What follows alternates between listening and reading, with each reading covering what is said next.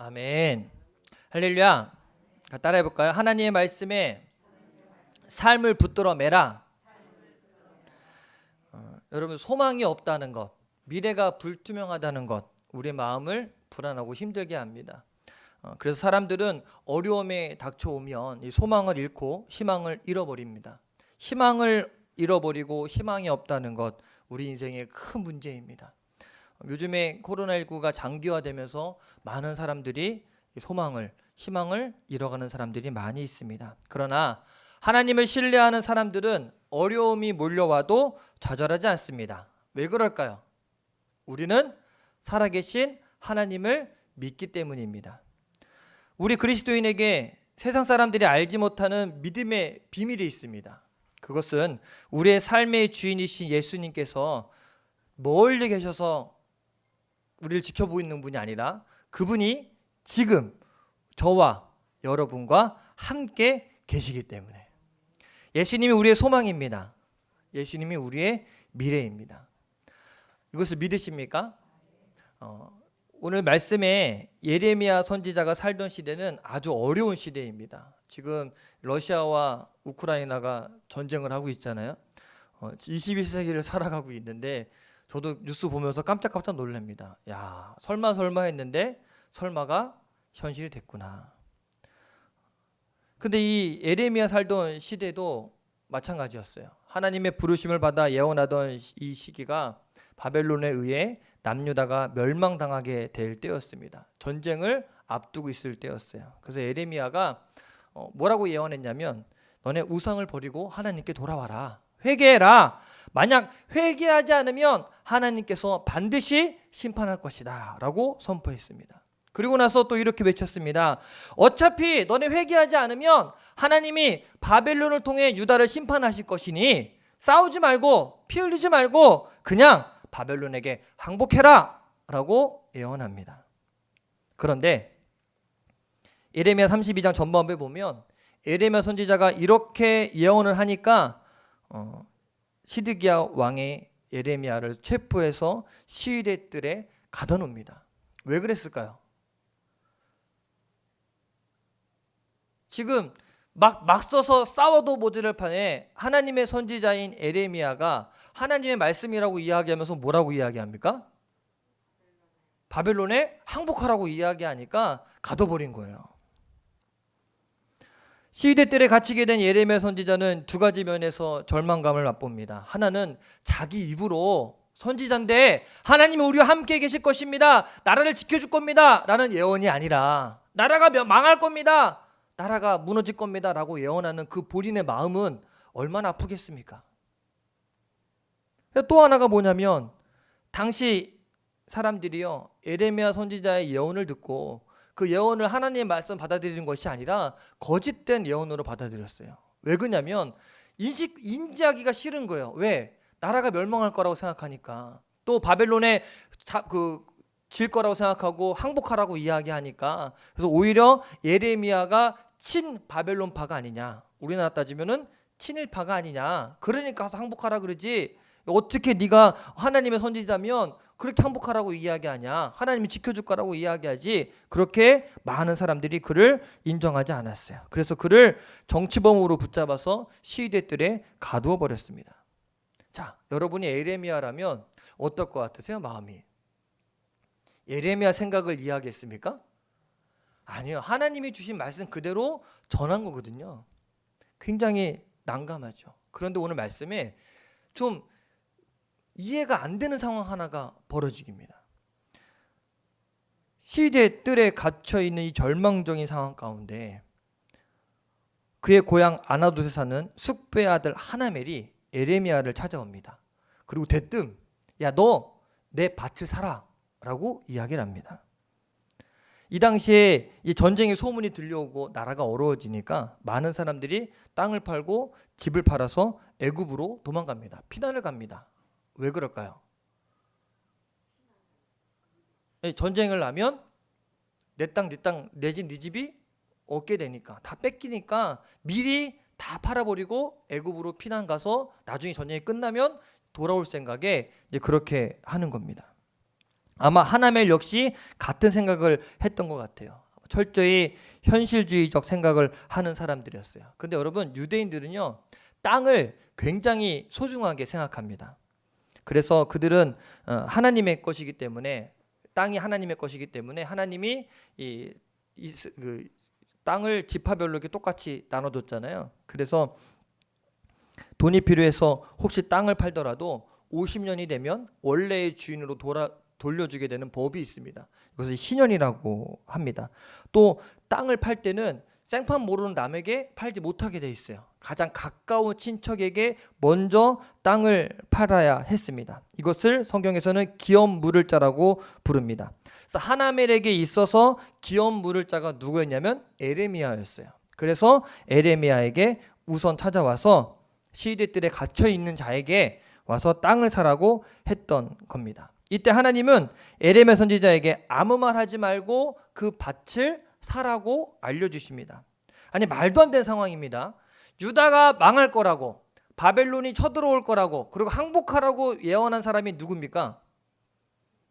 예레미야입니다. 근데 그 예레미야한테 너 내 땅 사라고 이야기하면, 여러분이라면 곧 전쟁 나서 내가 쫓겨나가게 되고 땅을 다 빼앗길 것인데 지금 그 땅을 사는 게 맞습니까? 안 사는 게 맞습니까? 그럼에도 예레미야는 일단 하나님의 말씀에 순종해서 그 밭을 삽니다. 그리고 난 다음에 예레미야 선지자는 하나님의 뜻을 찾기 시작합니다. 하나님, 이게 과연 무슨 뜻입니까? 분명히 나라는 멸망할 것인데 왜 저에게 이 땅을 사라고 하십니까? 그리고 묻다가 하나님의 마음을 알게 되는데 15절 말씀 같이 찾아서 읽어보겠습니다. 있습니다. 시작. 만군의 여호와 이스라엘의 하나님께서 이와 같이 말씀하시니라. 사람이 이 땅에서 집과 밭과 포도원을 다시 사게 되리라 하셨다 하리라. 아멘. 에레미야가 한 가지 사실을 아는 거야. 지금 이 포로로 잡혀가는 이 시기, 전쟁 나서 우리가 지는 게 끝나는 것이 아니라 하나님이 반드시 회복시키시는구나. 그 약속을 이 에레미야가 깨달은 거예요. 그래서 에레미야가 믿음으로 내일을 준비합니다. 그는 자신에게 임한 하나님의 말씀을 붙잡기 시작했습니다. 그리고 믿음으로 미래를 준비합니다. 그는 역사를 주관하고 계시는 하나님을 믿었습니다. 지금 당장 당하는 이 어려움은 영원한 것이 아니다. 하나님은 놀라운 계획을 가지고 계시니 하나님 반드시 이 땅을 회복시켜 주실 것이다. 그때가 되면 사람들이 다시 집을 사고 밭을 사고 포도원을 살 것이다 라는 이 희망을 그 안에 있었어요. 예레미야 선지자는 민족의 미래를 내다보면서 아나돗의 밭을 샀던 것입니다. 여러분, 혹시 우리 가운데 계속된 어려움 가운데 낙심하는 분이 있습니까? 예레미야를 바라보시게 되길 바랍니다. 그는 어려운 시기에도 믿음으로 미래를 준비했습니다. 그가 아나돗의 밭을 산 것은요, 마치 희망을 산 것과 마찬가지입니다. 오늘 말씀에서 사촌 하나멜의 밭을 산 에레미야에게서 우리는 세 가지의 중요한 믿음의 행동을 배울 수 있습니다. 이 말씀을 통해서 우리도 이와 같은 믿음으로 말미암아 이 어려운 시기에 새로운 힘을 얻게 되기를 간절히 바랍니다. 먼저 첫 번째로 같이 한번 읽어볼까요? 시작.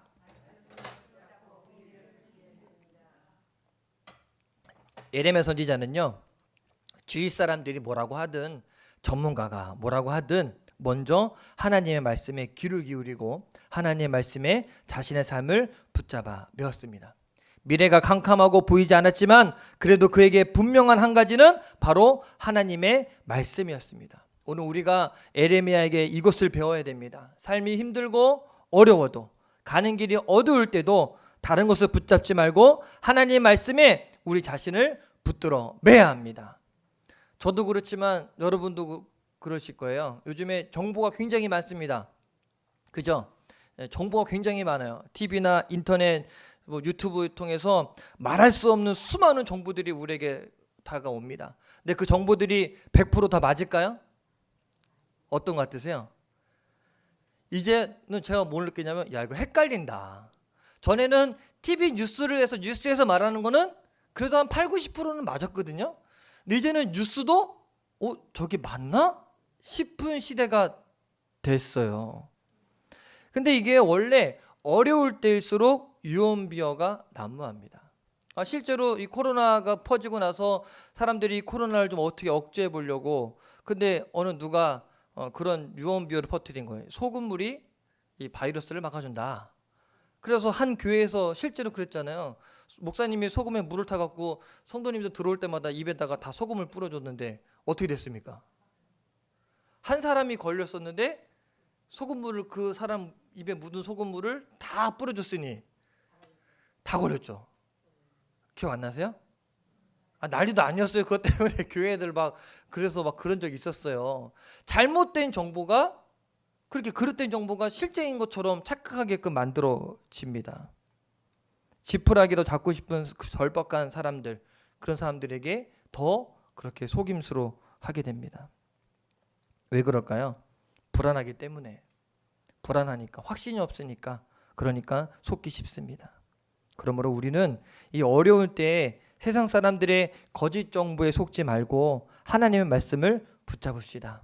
악한 영들은요, 얼마나 많은 거짓 메시지를 우리들의 마음에 심으려고 하는지 모릅니다. 그러나 저와 여러분들은 어려울 때일수록 하나님의 말씀을 들어야 합니다. 하나님의 말씀이 우리 발의 등이고 우리 길에 빛이기 때문입니다. 에레미야 선지자 보십시오. 분명 어렵고 절망적인 상황이었습니다. 그런데 언제나 하나님의 말씀에 먼저 기울였습니다. 한번 성경을 쭉 읽어보았으면 좋겠어요. 예레미야 32장 1절에 보면 같이 한번 읽어봅시다. 시작. 유다의 시드기야 왕 10째 해 곧 느부갓네살 18째 해에 여호와의 말씀이 예레미야에게 임하니라. 누구의 말씀이? 여호와의 말씀. 6절에 보니까 같이 한번 읽어볼까요? 시작. 예레미야가 이르되 여호와의 말씀이 내게 임하니라. 누구의 말씀이? 8절에 보면 시작. 여호와의 말씀과 같이 나의 숙부의 아들 하나멜이 지휘대를 이르되 베냐민 땅 아나돗에 있는 나의 밭을 사라. 내가 이것이 여호와의 말씀인 줄 알았으므로. 누구의 말씀인 줄을? 여호와의 말씀인 줄을. 어려울 때 에레미야 선지자가 무엇을 했습니까? 사람들의 말에 귀 기울인 것이 아니라 하나님의 말씀에 먼저 귀를 기울였습니다. 그 말씀은요, 당장 이해가 되지 않아도 하나님의 말씀을 붙잡았다는 겁니다. 여러분, 우리가요 신앙생활 하다 보면 하나님이 우리에게 주신 응답이요 당장 헷갈릴 때가 있어요. 세상 사람들의 기준과 다르기 때문에 당장은 틀린 것처럼 보일 때도 있어요. 그런데 그 말씀은, 하나님의 말씀은 절대 틀리지 않습니다. 그래서 이 하나멜이 땅을 팔려고 왔을 때, 우리 땅 살 때 누구 찾아갑니까? 부동산 찾아가죠. 왜 찾아가요? 전문가니까. 시세가 어떻고 땅이 어떻고. 근데 이 에레미야 행동을 보면요 좀 이해가 안 되기도 하지만 이해가 되는 것 같은 행동. 누구 말만 100% 믿었어요? 잠시도 고민하지 않고 하나님의 말씀만 100% 믿은 것 같아요.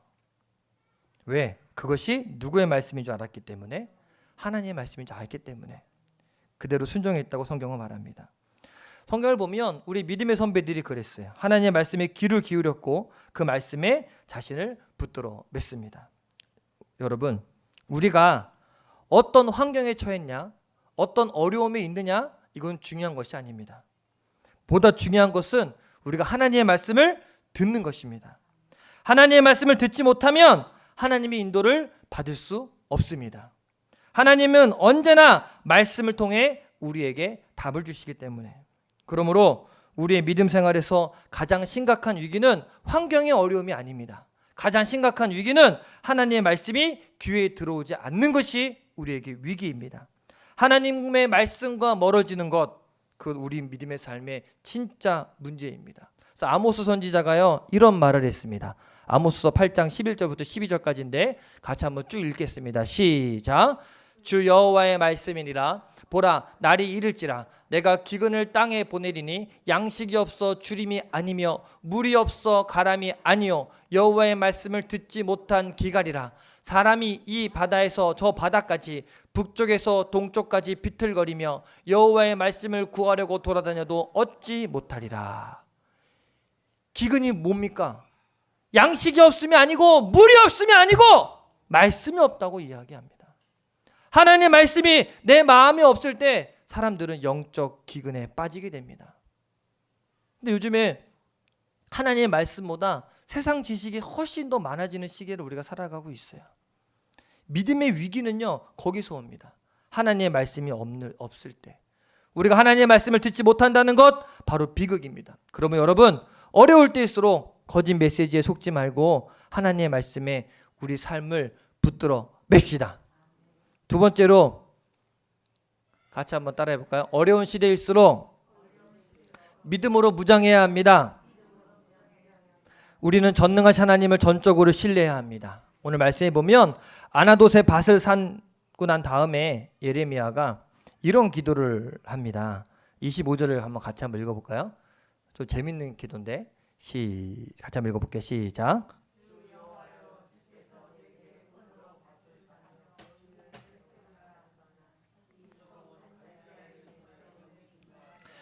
봐봐요. 이게 예레미야도 우리와 똑같은 사람이에요. 하나님께서 밭 사라 그래서 은 줘갖고 밭 샀어요. 근데 사고 났는데 생각해 보니까 조금 있으면 바벨론이 쳐들어와서 땅을 다 뺏기잖아요. 그러니까 하나님 사락을 샀는데요. 조금 있으면 이 땅 뺏기는데요. 우리 이런 기도 할 수 있죠. 안 해요? 하나님 그러면 이 땅 지켜주시나요? 뭐 이런 생각 들죠. 사락을 했으니까 하나님이 손해보게 하시는 분 아니잖아요. 그런데 현실적으로 하나님께서 회복시켜 줄 거라는 믿음은 있었지만 현실적으로 하나님 이게 가능한가요? 애굽도 우리를 도와주지 않고 군사력이 되지 않는데 하나님 현실은 이렇습니다 라고 예레미야가 이야기하는 거예요. 그때 하나님이 예레미야에게 이렇게 말씀합니다. 믿음이 흔들리는 걸 알고 콕 집어서 이야기해 주는 거예요. 26절 27절 같이 한번 읽어볼게요. 시작. 그때 여호와의 말씀이 예레미야에게 임하여 이르시되 나는 여호와여 모든 육체의 하나님이라 내게 할 수 없는 일이 있겠느냐. 할렐루야. 야 내가 할 수 없는 게 있겠냐. 이런 말투 같아요. 그렇죠? 야 내가 모든 육체의 하나님인데 네가 생각하는 것보다 나는 훨씬 더 뛰어난 하나님인데 내가 할 수 없는 게 있을 것 같아? 라고 이야기하는 거예요. 그러니 그 하나님을 신뢰하라는 겁니다. 여러분 어려울 때 우리는 누구를 믿고 또 무엇을 믿어야 할지 분명히 알아야 됩니다. 사람의 말과 경험보다 우리는 하나님을 믿어야 합니다. 누가 뭐라 해도 하나님을 신뢰하는 것이 모든 어려움과 절망에서 빠져나오는 답입니다. 예레미야는 하나님의 신실하심을 믿었어요. 분명히 전쟁은 일어날 것이고 유다는 멸망당할 것입니다. 사람들은 땅을 팔고 애굽으로 도망가고 있습니다. 지금 밭을 사는 것 누가 봐도 바보 같은 짓입니다. 그런데도 그는 하나님을 신뢰했습니다. 약속하신 것은 반드시 이루시는 분인 것을 믿었어요. 그래서 그는 믿음으로 하나멜의 밭을 산 것입니다. 그런데 여기서 우리가 말씀을 좀 주의 있게 보다 보면 또 한 가지 재미있는 사건이 있습니다. 예레미야 선지자가 이 하나멜과 계약서를 체결하는 장면이 오늘 말씀이 나오거든요. 근데 이 두 가지의 계약서를 작성합니다. 하나는 임봉해서 토기 속에 집어서 땅에 묻어버립니다. 이게 뭡니까? 오랫동안 보존하라는 거예요. 근데 또 하나는 뭐냐면 민봉하지 않고 봉하지 않고 사람들에게 다 보여준 거예요. 그리고 이거를 1대1로 계약한 것이 아니라 지금 예레미야가 어디에 갇혀져 있어요? 시대의 뜰 안에 갇혀 있잖아요. 그리고 거기에 앉아있는 많은 유대인들이 있을 거예요. 그 사람들이 보는 앞에서 계약서를 작성하게 했어요. 왜 그랬을까요? 증인을 세우려고? 이 재미있는 게 뭐냐면 공식적으로 이 일을 사람들에게 알리기 위해서요. 사람들이요 예레미야가 시대들에 왜 잡혀 있는지 다 알아요. 왜 잡혀 있어요? 지금 바벨론이 쳐들어올 거고 이 나라를 멸망할 거니 너네 항복해라 라는 것을 예언했기 때문에 거기 갇혀 있는 걸 다 알아요. 그런 예레미야가 지금 뭐 하고 있어요? 지가 예언해 놓고 사람들이 그 예언 때문에 지금 다 피난 가고 있는데 지금 뭐 하고 있어요? 땅 사고 있어요. 뭐 그 사람들을 봤을 때 예레미야가 이해가 될까요? 안 될까요? 쟤 뭐 하는 거야 지금? 전쟁 날 거고 나라가 빼앗길 거라고 지가 예언해 놓고 지가 땅 사고 있네? 쟤 거짓말 하나? 쟤 뭐 하는 거지? 라고 생각할 수 있을 겁니다. 아마 예레미야 선지자가 이런 말을 하는 겁니다. 보십시오. 나는 지금 밭을 샀습니다. 어리석은 짓이라고 말하지 마십시오. 이것은 나의 믿음입니다. 하나님은 이 땅이 다시 회복될 것이라고 말씀하셨습니다. 비록 지금은 바벨론에 의해서 멸망당하는 것 같지만 하나님은 우리를 다시 돌아오게 할 것이고 이 땅은 곧 정상화될 것입니다. 저는 하나님을 믿습니다. 그래서 저는 이 밭을 사는 겁니다. 여러분, 이 시대에는요, 이런 믿음의 사람들이 필요합니다. 말로만 얘기하는 것이 아니라 내가 내뱉었으면 그것을 삶으로 실천하는 믿음이 우리 가운데 있어야 됩니다. 모든 사람이 위축되고 움츠러질 때 소망을 외치는 사람이 이 땅에 필요합니다. 창조주 하나님 지금도 살아계시다고, 예수 그리스도가 우리의 구원자 되신다고, 십자가의 복음이 모든 문제의 해결이라고 믿음을 선포할 수 있는 사람, 그리고 그런 사람들이 우리 교회 성도들이 되시기를 간절히 축원합니다. 잘못했을 때 잘못됐다고 비판하는 것 누구나 할 수 있다고 제가 여러 말씀드리잖아요. 그런데 믿음의 사람들은요, 어려울 때 하나님의 능력을 선포해야 되고 비판과 정죄보다는 사랑과 소망을 주는 사람이 되어야 합니다.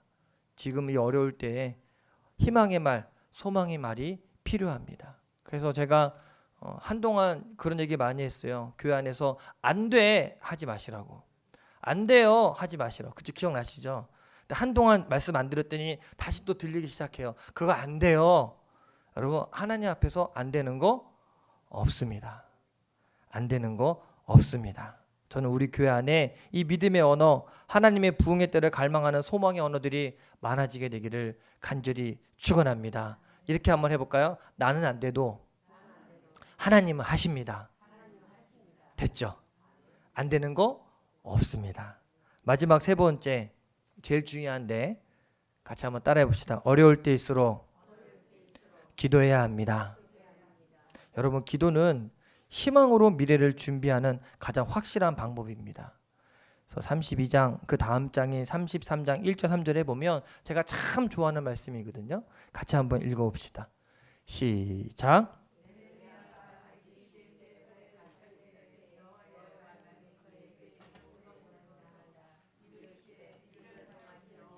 그것을 만들며 성취하시는 여호와, 그의 이름을 여호와라 하는 이가 이와 같이 이르시도다. 너는 내게 부르짖으라. 내가 내게 응답하겠고 내가 알지 못하는 크고 은밀한 일을 내게 보이리라. 여기 보면 하나님은 예레미야 선지자에게 너는 내게 뭐하라? 부르짖으라 라고 말합니다. 그리고 나서 뭐라 약속하십니까? 내가 내게 응답하겠다. 우리가 기도할 때 하나님 응답하시고 크고 은밀한 일을 보여주십니다. 우리가 기도할 때 하나님은 응답하십니다. 기도할 때 하나님은 하늘의 문을 여십니다. 어둠의 권세가 꺾어집니다. 우리가 기도할 때 하나님께서는 우리가 상상하지 못한 새 일을 행하십니다. 기도는 하늘 문을 여는 열쇠입니다. 그래서 하나님은 시대들에 갇혀있던 이 에레미야에게 너는 내게 부르짖으라 라고 말씀합니다. 그러므로 여러분, 우리는 이 어려울 때 기도해야 합니다. 따라해 봅시다. 기도해야 합니다. 만약에 하나님이 죽었다면 기도하지 않아도 돼요. 하나님이 사람들이 만들어 놓은 가짜 신이라면 기도하지 않아도 돼요. 그러나 하나님은 살아계십니다. 그냥 살아계신 게 아니라 시퍼렇게 살아계십니다. 하나님은 전능하신 창조주입니다. 더군다나 저 여러분들을 사랑하십니다. 얼마나 사랑하시는지 당신의 아들 예수를 우리 가운데 내어주실 만큼, 아낌없이 내어주실 만큼 저를 사랑하십니다. 그러므로 저와 여러분은 아버지, 지금도 살아계신 그 하나님 아버지께 무엇보다 기도해야 합니다. 자, 여러분에게 하나 제안하고 싶습니다. 부르짖어 기도하세요. 하나님이 응답하십니다. 기도하세요. 또 하나님은 특별한 시간과 장소를 정하여 기도하는 사람들을 통해서 일하십니다. 하나님은 아침마다 기도했던 다윗을 늘 새롭게 만나 주셨어요. 또 다니엘은 세일에라는 21일 동안을 시간을 정해놓고 기도했을 때 하나님은 그에게 놀라운 일을 보여주셨습니다. 또 사도 바울이 간절하게 하나님의 뜻을 찾고 또 찾았을 때 드로아에서 환상을 보여주시고 그의 선교 방향을 바꿔주셨습니다. 이제 우리도 3월 첫 주가 되면 40일 동안 시간을 정해놓고 날짜 정해놓고 기도하게 됩니다. 여러분, 우리가 기도할 때 하나님께서 우리의 기도를 기뻐하시고 놀라운 은혜의 역사가 일어날 것입니다. 그러니 함께 참여합시다. 개인적으로도 부르짖고 기도하시고 함께 모여서 시간 정하고 기도할 때 하나님께서 반드시 우리의 기도에 응답하실 것입니다. 여러분, 혹시 내일이 불안하십니까? 난 할 수 없어서? 우리는 하나님의 말씀에 귀를 기울이고 하나님의 말씀에 우리 삶을 붙들어 매야 합니다. 예레미야 선지자는 아나돗의 밭을 사라는 하나님의 말에 자신을 붙잡아 맸습니다. 그리고 그 말씀을 온전히 신뢰하고 그 밭을 샀습니다. 믿음으로 미래를 샀습니다. 오늘 우리도 그렇게 살아갑시다. 하나님의 말씀을 붙잡고 믿음과 기도로 미래를 준비하는 복된 인생이 됩시다. 여러분, 다른 사람 말을 믿지 마시고 하나님 말씀만 믿으세요. 그리고 하나님 말씀에 우리의 전 삶을 붙잡아 맵시다. 붙잡아 맨다는 뜻 아시죠? 네? 붙잡고 있는 거는 내가 힘 빠지면 떨어지죠. 붙잡아 매는 거는 안 빠지죠. 네, 붙잡아 매 이렇게. 그럼 내가 힘 빠져도 안 빠져요. 마찬가지로 하나님의 말씀에 우리 삶을 붙잡아 매는 거예요. 그러면 내가 힘이 빠져도 하나님 우리를 끌어주십니다. 그런 인생이 저 여러분 되기를 간절히 축원합니다. 그런 삶을 살아갈 때 우리 삶이 복된 인생이 될 것입니다. 그런 삶을 살아갈 때 주변에 안 믿는 사람들이 깜짝 놀랄 인생이 우리의 인생이 될 것입니다. 어떻게 그렇게 살아가? 어떻게 그런 삶을 살아? 이런 이야기들이 끊임없이 저 여러분 가운데 넘치게 되기를 간절히 축원합니다. 꼭 듣게 되길 바라요. 정말로 저는 들었어요. 저희 사촌 매형이 아직 안 믿으시는데 아직도 생생하게 기억이 나요. 몇 해 전에 만났을 때 저한테 그래요. 어떻게 하면 처남처럼 행복해질 수 있어? 나도 하나님 믿으면 처남처럼 행복해질 수 있나? 저한테 그랬어요. 제가 뭐라 그랬을까요? 에? 에. 맞아요. 하나님 믿으면 행복해질 수 있어요. 하나님 믿으면 행복해질 수 있어요. 그래서 얼마 전에 그 누님이랑 통화했더니 저한테 그래요. 제발 좀 매형 좀 교회 좀 데리고 가라고. 가까워야 데리고 오지. 그래서 제가 유튜브 채널을 보내줬어요. 그래서 예배 같이 드리자고. 그랬는데 모르겠어요. 함께 하고 있는지. 근데 예수 믿으면 행복해집니다. 그걸 보여줘야 돼요. 내가 절절 매고 있는데 주변 사람들한테 예수 믿으라고 하면 믿겠습니까? 예? 에레미야가 땅 팔고 도망가고 있는데 사람들이 그 말을 믿겠습니까? 내가 먼저 밭을 사야지. 내가 먼저 보여줘야지. 그들이 아는 겁니다. 아, 소망이 하나님이시구나. 회복시켜 주시는구나. 하나님은 살아계시는구나. 여러분, 삶 가운데 이런 믿음의 고백이 날마다 넘치게 되기를 간절히 축원합니다. 우리가 찬양하고 기도하겠습니다.